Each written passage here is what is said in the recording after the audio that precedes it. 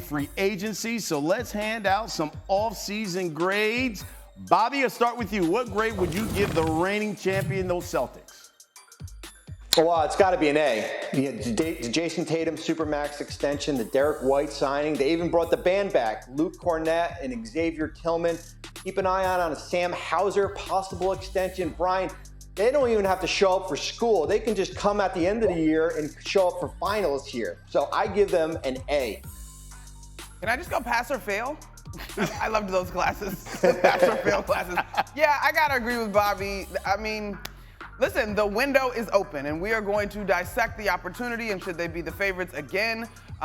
They're just really starting to hit their prime and their stride, and so keeping this core together, fantastic. Yeah, I gotta go with an A too. Okay, you know this next team really well, Monica. What grade would you give the Knicks? I got a B+ on this one. I really like the Mikal Bridges addition. I have some concerns about the 5 position. Obviously, Isaiah Hartenstein getting paid in Oklahoma City, and as he should, I'd like to see them reinforce that position. Now, here's the thing, though.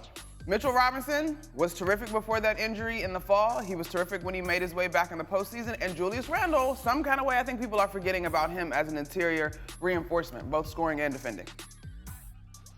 Monica and I come from the same school of grading, so I am going to give them a B+ also. And I agree with her wholeheartedly. I think the biggest concern for me, certainly the Hartenstein loss, is the durability of Mitchell Robinson. As far as staying healthy throughout the season, we'll see if they can bring back Precious Achiuwa. They created some flexibility by reworking that Mikal Bridges trade, but B+ for me. Okay, Bobby, what about the Sixers? They've certainly been aggressive. What grade would you give them? It's an A-.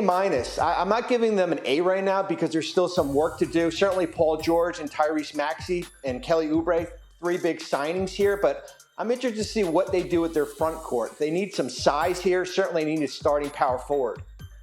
You know, you talk about Paul George, and certainly it's been hyped all week long, but one person who's certainly not buying into it are Brian Windhorst.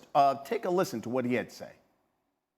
This is now the 4th time that you could say that he was a leading headline in the offseason. The previous 3 have led to what? I'm tired of sitting here the first week of July and declaring that a Paul George arrival changes the everything. Wow, how about that? Bobby, are we overestimating, you think, the impact of Paul George?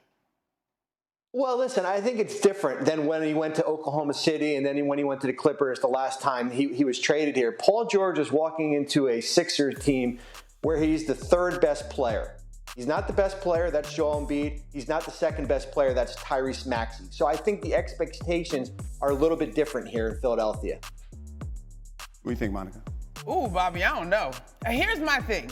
I agree with Wendy calling this out because we keep doing this based on potential. And at a certain point, potential becomes an insult when it's no longer realized, right? And so I had to go back and look. This year, Paul George playing 74 games changes how I feel a little bit about that conversation. Shot 47% from the field. It feels like Philly is ready-made, but the combination of Philly's unfortunate events when it comes to the postseason, not getting past the 2nd round, and sort of the history of Paul George, I don't know that this is going to meet the expectations that folks have for it. If that's the case, Bobby, are the Sixers now good enough to overtake the Celtics? No, they're not, and neither are the Knicks. I think Boston's on an island by themselves right now. I think the window to overtake Boston is going to be in 2025-26 when possibly the Celtics team could break up because of finances. Yeah, so if we're talking just the East, Monica, in your opinion, what team is the biggest threat then to the Celtics?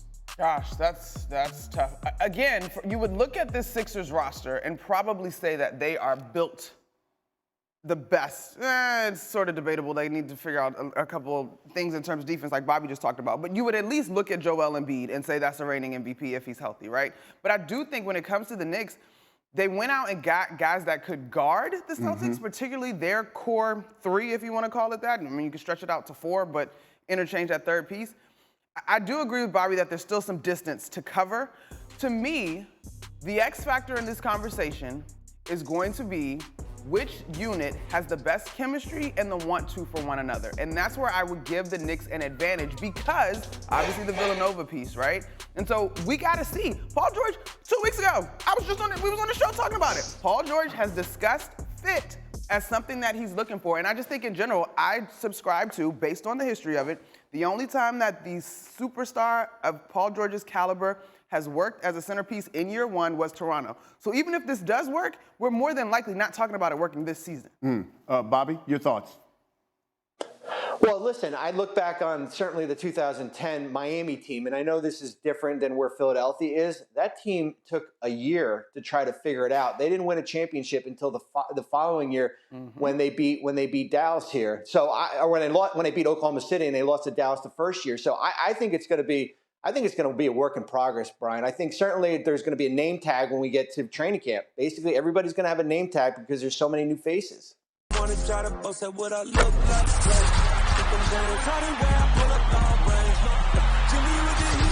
fire. It's NBA,